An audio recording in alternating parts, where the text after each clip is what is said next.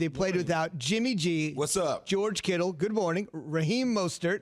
Deebo Samuel. Keep going. Brandon Ayuk. Keep going. Trent Williams. Tell me more. Nick Bosa. Say it again. D Ford. For the people in the back. And the Pac-12's own Richard Sherman, as Keys Pac-12 is ready to go tomorrow. They played without all of them. But the problem is the Packers played with Aaron Rodgers, Devontae Adams, and a banged-up Aaron Jones, 34-17. I know, Key, it's a JV squad taking on the varsity last night with regard to talent. Aaron Rodgers said it after the game. He said, I don't feel sorry for them. They don't feel sorry for us. Absolutely. It's no big deal. They did what they had to do against whoever was facing them. Absolutely. I mean, why would I?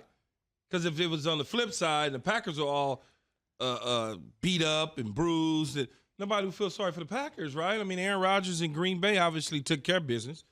I mean, I didn't expect anything different. I didn't expect. Kyle Shanahan's done a tremendous job despite not having players in the lineup most of the season. When he started the season, he envisioned missing certain guys. And you look at it, this is just one of those years. It's one of those years for them where they just losing player after player each game after each game. But Kyle Shanahan's been able to muster up 4 victories, and that in itself is a good thing.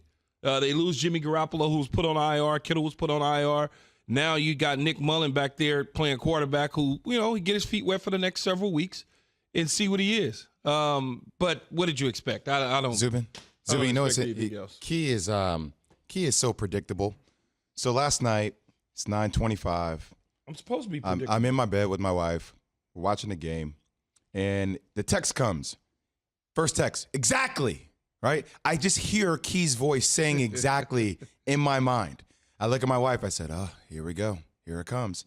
As I said, no, Rodgers doesn't need no damn wide receivers. I knew it. And I knew Key would go there.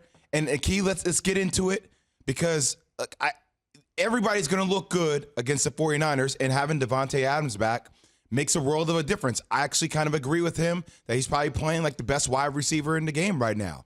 Having him back, nobody questions whether Aaron Rodgers can make people look great. Obviously, Devontae Adams makes himself look great, but still, it's still against the 49ers, right? And I know you're going to say that doesn't really matter, but still, it's easy to look good against the 49ers to a degree, considering they're so depleted, correct?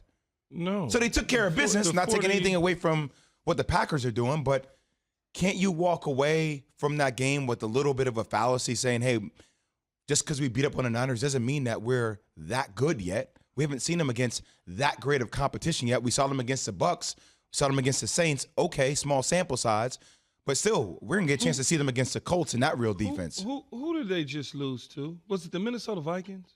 The Packers? Was it Minnesota? On Sunday, yes. Didn't they run the ball down their throat? Right. Wasn't that supposed to be Jay the mentioned recipe? yesterday. Wasn't that supposed to be the recipe for success against Green Bay? San Francisco Who does San Fran have on their team that's like Dalvin Cook? I'm just telling everybody that was out there saying that they were going to run the ball down their throat because their linebackers aren't very good and their defensive line doesn't stop the offensive linemen from getting up on the second wave of defenders. Look, they took care of business. They did what they were supposed to do. When a guy goes 25-31 and throws 4 touchdowns and had an opportunity to throw for 5, that means that things are clicking. It's flawless. It's smooth, no matter who you're putting out there. 49ers have won 4 games this year, and the games that they've won, they've beat up a couple good teams. Nobody says anything. It's like, oh, yeah, see what they did? The moment that they get shellacked by Green Bay, now Green Bay has to prove again that they're better than the Tampa Bay Bucks, or they're better than the New Orleans Saints, or they're better than Seattle. They continue to just keep moving things forward. If they would have lost this game, then now you worry about what it looks like against Chicago. Now, all of a sudden, Chicago's right there with you, lock and step, basically, as you would say, Zubin, right? Indeed. I mean, you got to give the credit where it's due. Aaron Rodgers did not need any other wide receiver except his healthy one in Devontae Adams. Lazard will be coming back at some point in time, and the reason I keep saying this over and over because that's all we keep hearing. We keep hearing, trade deadline, they didn't get him any help. It's like, just chill. This dude, he got it under control. Losing to Minnesota had nothing to do with him not having a wide receiver. Just calm down. Thanks for watching ESPN on YouTube. For live streaming sports and premium content, subscribe to ESPN Plus right now.